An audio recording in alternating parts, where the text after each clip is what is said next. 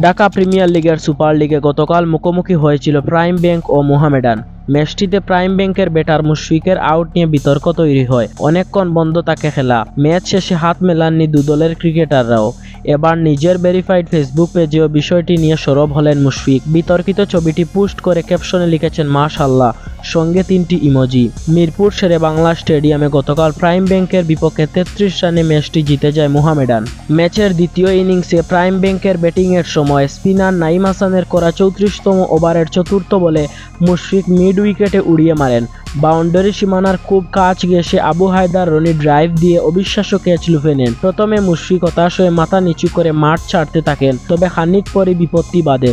Mister dependable মাঠ ছাড়ার আগেই আটকান সতীর্থরা। তাদের দাবি রনির পা বাউন্ডারি স্পর্শ করেছে। অন্যদিকে বিসিবি সম্প্রসারিত ইউটিউব চ্যানেলের রিপ্লেতে দেখা যায় ড্রাইভ দিয়ে ওঠার সময় বাউন্ডারি সীমানা স্পর্শ করে রনির পা। এরপর চক্কা নাকি আউট, এই দ্বিধায় 15 মিনিটের মতো খেলা বন্ধ থাকে।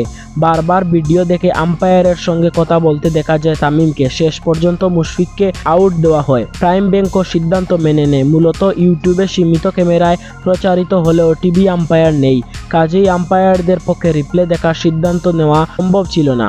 এই আউটের সিদ্ধান্ত মেনে নিলেও প্রাইম ব্যাংক ক্রিকেটাররা খেলার পর ড্রেসিং রুম থেকে আর বের হননি। খেলা শেষে মোহামেডান স্পোর্টিং ক্লাবের খেলোয়াড়রা মাঠে থাকলেও সৌজন্য বিনিময় করতে দেখা যায়নি কাউকেই।